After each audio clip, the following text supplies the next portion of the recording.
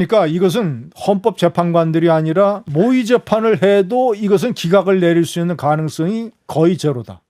만약에 상상도 할 수 없는 일이 벌어져서 대통령이 복귀를 하게 된다면 만약에 대통령이 복귀했을 때 대통령 수행이 가능하냐.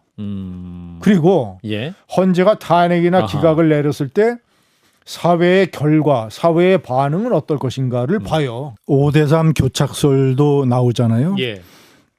그래서 그 문영배 헌재 소장이 대행이 5대3 선거, 기각 선거를 피하기 위해서 예.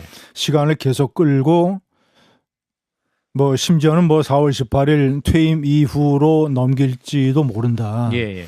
이런 식의 주장까지 나오는데 예. 저는 그렇게 생각하지 않습니다. 예. 5대3은 거의 불가능하고 이미 8대 0으로 헌재가 다 내부적으로 합의를 봤고 선거를 계속 미루는 이유는 헌재가 대단히 정치적인 고려를 하는 집단이기 때문에 예. 굉장히 거의 프로 수준의 정치적인 계산을 하고 있다. 선거 시일을 잡는 데에 있어서 예. 핵심은 한국 사회에 지금 탄핵이냐 기각이냐로 맞붙어 있는 그 한국 사회 갈등의 열기 예. 이것이 굉장히 위험한 수준이기 때문에 예. 헌재가 이 갈등의 열기를 계속 지금 시간을 끌면서 김빼기 작전을 하고 있는 것이다. 예. 진을 빼는 것이다. 한마디로. 저는 이런 주장을 헌재가 선고기일을 연기할 때부터 해왔습니다. 그 지금도 그렇게 생각을 해요. 예. 헌재의 진 빼기 김 빼기 작전이 이제 막바지 벼랑 끝에 왔다. 빨리 선고를 해라라는 그 양쪽의 압력을 지금 다 버텨내고 있는 거예요. 아하. 헌재가 지금 노리는 건 뭐냐? 진이 빠져서 탄핵이든 기각이든 빨리 선고해라. 이런 아우성이 최고조에 달하게끔 지금 만드는 거예요.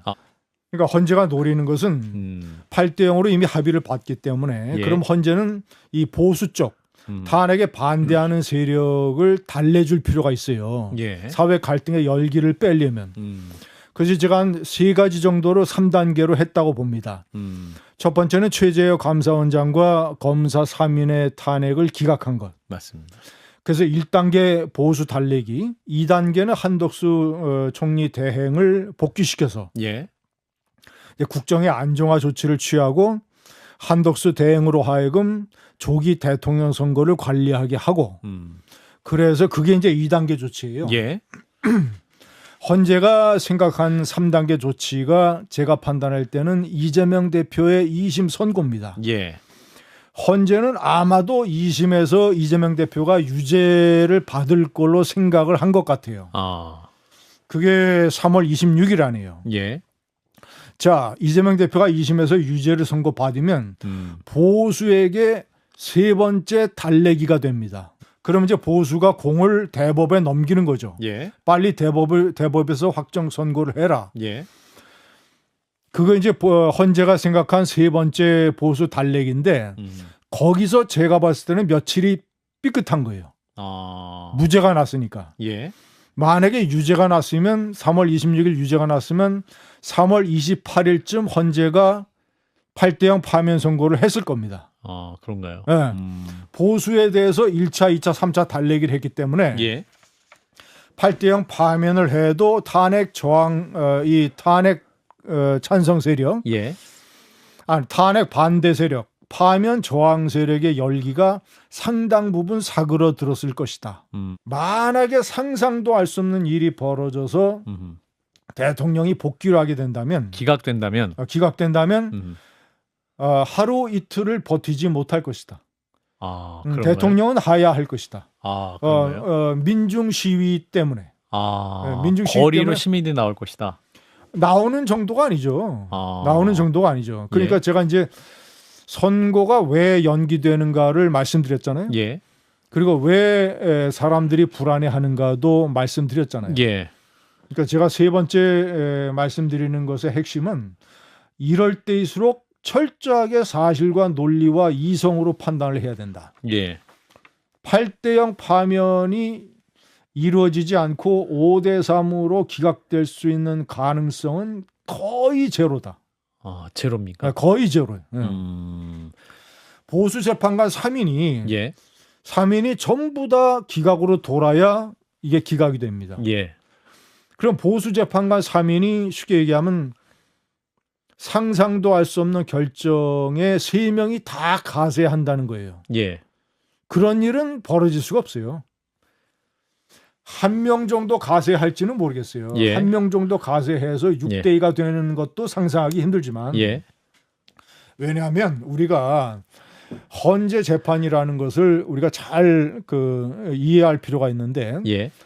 50%는 사실과 법리에 따라서 헌법이냐 법률 위반의 정도가 어느 정도냐를 판단합니다. 예. 50%는.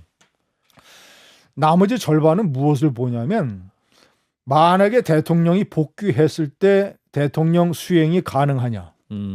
그리고 예. 헌재가 탄핵이나 아하. 기각을 내렸을 때 사회의 결과, 사회의 반응은 어떨 것인가를 봐요. 예. 헌재는 그래서 절반이 정치 재판입니다. 예? 박근혜 대통령 때도 그랬어요. 예. 그래서 우선 첫째, 사실과 법리만 따져도 탄핵 소추 5개 쟁점에서 전부 다 탄핵입니다. 파면이에요. 예. 증거가 차고 넘치니까. 예.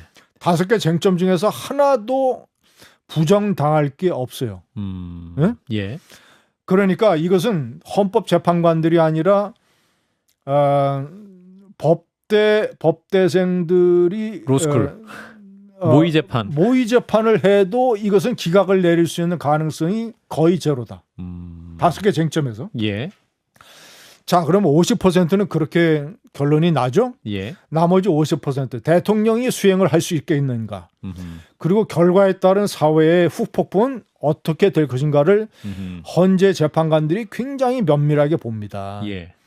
아마 제가 판단할 때는 집에 가서 예. 8명 모두 핸드폰 꺼내놓고 예. 유튜브 보고 뉴스 검색하고 댓글 보시고. 댓글 보고 이런 것들을 할 거예요. 예. 왜냐? 사회의 분위기를 알아야 되니까. 예. 틀림없이 할 겁니다.